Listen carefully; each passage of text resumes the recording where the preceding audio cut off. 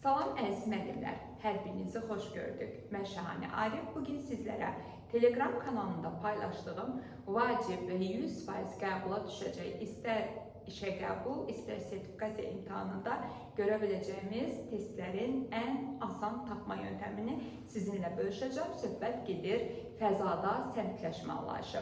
Amma qeyd edim ki, əgər siz hələ də bu testləri işləməmsinizsə, o zaman WhatsApp nömrəmiz 055 364 98 86 nömrəsinə yazaraq Telegram kanalımızın linkini əldə edib testləri işləyə bilərsiniz.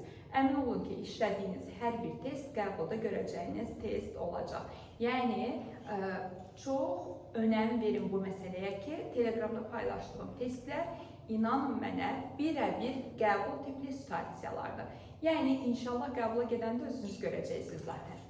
Başlayaq. Deməli, müəllimlər, ilk öncə səmtləşmə anlayışı dedikdə biz 3 əsas fəzada səmtləşmə bilirik. Özünə səmtləşmə, özündən səmtləşmə və müstəvi üzərində obyektlərin səmtləşməsi və ya heç müstəvi üzərində olmasın, sadəcə obyektlərin səmtləşməsi. Əziz müəllimlər, burada məsələ nədən ibarətdir? Səmtləşmə məkan anlayışından yaranır. Yəni, bir fəza anlayışı görəndə məkan anlayışı kimi başa düşə bilərsiniz.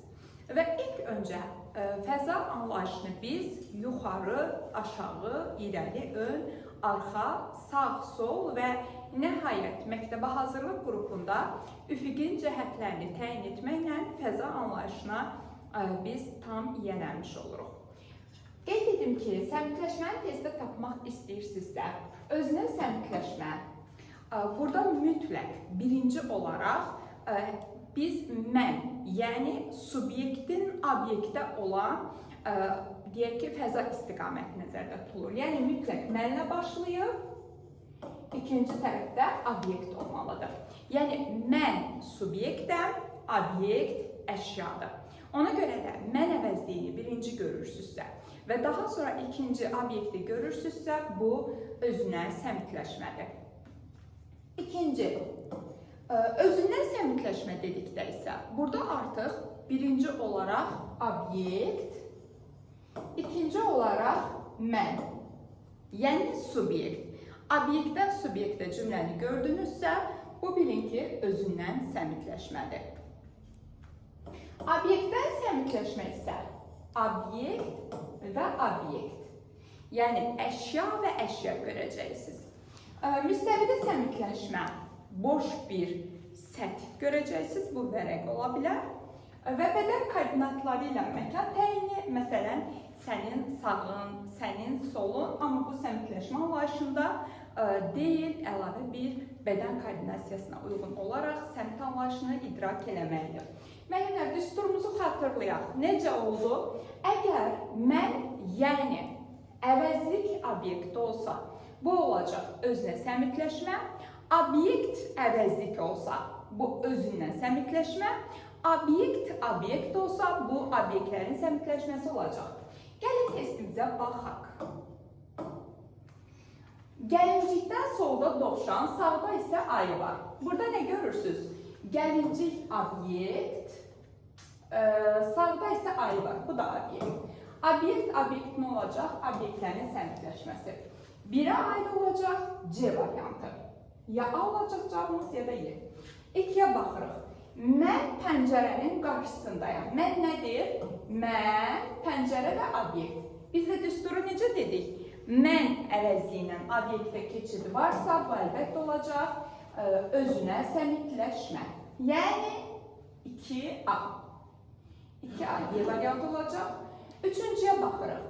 Qapı məndən. Qapı nədir? Obyekt. Mən isə subyekt. Əşyadan dedik ki, obyektdə varsa, bu özündən səmtləşmədir. Yəni, obyekt, subyekt varsa, bu özündən səmtləşmədir. Olacaq 3-ə B variantı. Və 4-ə qələm dəftərin üzərindədir. Ümumiyyətlə, sahə, boş səth, deyək ki, boş qutunun üzərindən söhbət gedir, səthi varsa, bu müstəvi anlayışı deməkdir. Cavabımız oldu Y variantı. İkinci testə baxaq. Masa ilə stulun arasında kitab var. Təbii ki, biz burada masa ilə stul görürük. Burada nə özünə səmtləşmə ola bilməz, nə özünə səmtləşmə ola bilməz. Ona görə də obyektlər arası məkan münasibəti olacaq. Çünki masa da obyektdir, stul da obyektdir. Və məkan münasibəti onların arasından söhbət gedir. Ona görə də birə aiddir Y, elə bir variant da var. İkiyə baxaq, uşaq pəncərəyə tərəf baxır. Uşaq subyekt, pəncərə obyekt. Deməli, 2 özünə səmtləşmədir. 2 A variantı. Oyuncağın arxasında maşın. Oyuncaq obyekt, maşın obyekt. Deməli, obyektlər arası səmtləşmə. 3-ə aiddir C. Və oyuncaq qutunun üstündədir. Qeyd etdik ki, üzər səhv varsa, bu müstəvidə səmtləşmə deməkdir. Qısa düsturu bir daha deyirik. Mən əvəzliyi birinci gəlirsə, obyekt ikinci gəlirsə, özünə səmtləşmə. Yox, əgər biz görsək ki, obyekt var və ikinci tərəfdə əvəzliyi mən varam, bu zaman olur özündən səmtləşmə. Yox, əgər gördüksə, obyekt, ümumiyyətlə orada subyekt insan yoxdur, bu zaman obyektlərin səmtləşməsi olacaq. Bu belə. Daha sonra deməli, əgər bir uşaq topu öz sağ tərəfində görürsə, uşaq subyekt, top obyekt. Deməli, nə olacaq? Subyektdən obyektə nə dedik? Özünə səmtləşmə. Yəni C variantı. Daha sonra uşaq oyuncaq soldadır deyir, lakin onun baxdığı istiqamət fərqlidir. Oyuncaq uşaq deyir, uşaq subyekt, oyuncaq obyekt. Deməli, uşağın obyektə baxması özünə səmtləşmə. Daha sonra uşaq deyir, mən stolun arxasındayam, oyuncaq isə onun üstündədir. Mən nə deməkdir? Subyekt, stolun arxasındayam, stol da obyektdir. Deməli, özünə səmtləşmə, oyuncaq isə onun üstündədir. Deməli, bu olacaq. Deməli, özünə səmtləşmə və obyektdən səmtləşmə. Çünki oyuncaq stol. Oyuncaq nədir? Əşya, yəni obyekt. Stol nədir? Obyekt. Deməli, olacaq özünə səmtləşmə və obyektdən səmtləşmə. Daha sonra müəllim uşağa bir qutunun içərisindən 3 oyuncağı göstərir və soruşur. Bu oyuncaqlar harda yerləşir? Uşaq cavab verir. Birinci solda, ikinci ortada, üçüncü sağda. Əziz müəllimlər, bu tipli testlər görəndə, yəni sol, sağ və orta. Deməli, bu müstəvidə səmtləşmə olacaq. Çünki məkan anlayışı 3 qismdədir. Yox, əgər sadəcə sağ, sol olsaydı, digər variantları təhlil eləmək olardı.